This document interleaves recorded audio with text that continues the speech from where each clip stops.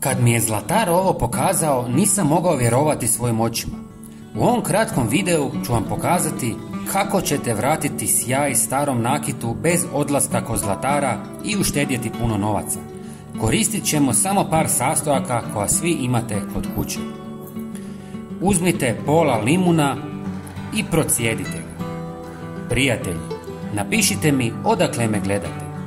Ja sam iz Zagreba i preporučam vam da posjetite ovu predivnu zemlju sa puno otoka i lijepog mora. Hvala vam. Zatim pripremite malu plastičnu ili staklenu posudu i ulijte 1 žlicu limunovog soka. Dodajte otprilike 2 do 3 cm paste za zube i temeljito promiješajte dok se pasta potpuno ne sjedini s limunovim sokom. Limunov sok i pasta za zube pružaju efikasno i prirodno rješenje za poliranje starog nakita. Limunov sok je izuzetno koristan zbog svoje kiselosti koja pomaže u uklanjanju oksidacije i tamnjenja, vraćajući sjaj metalnim površinama. Pasta za zube s druge strane sadrži blage abrazivne čestice koje efikasno skidaju mrlje i ogrebotine s nakita.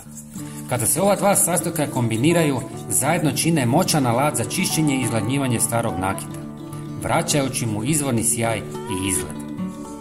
Nanesite sredstvo za čišćenje na srebro i nježno trljajte koristeći krpu ili mekanu česticu za zube. Osim ova dva sastojka možete koristiti i sodu bikarbonu. Nakon nekoliko minuta isperite srebro vodom i obrišite suhom krpom.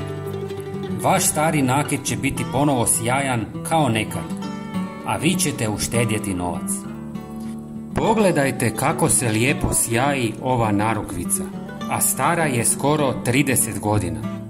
Redovito ju čistim ovom metodom.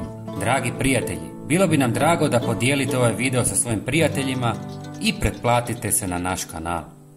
Potpuno je besplatno. Hvala vam. Pozdrav!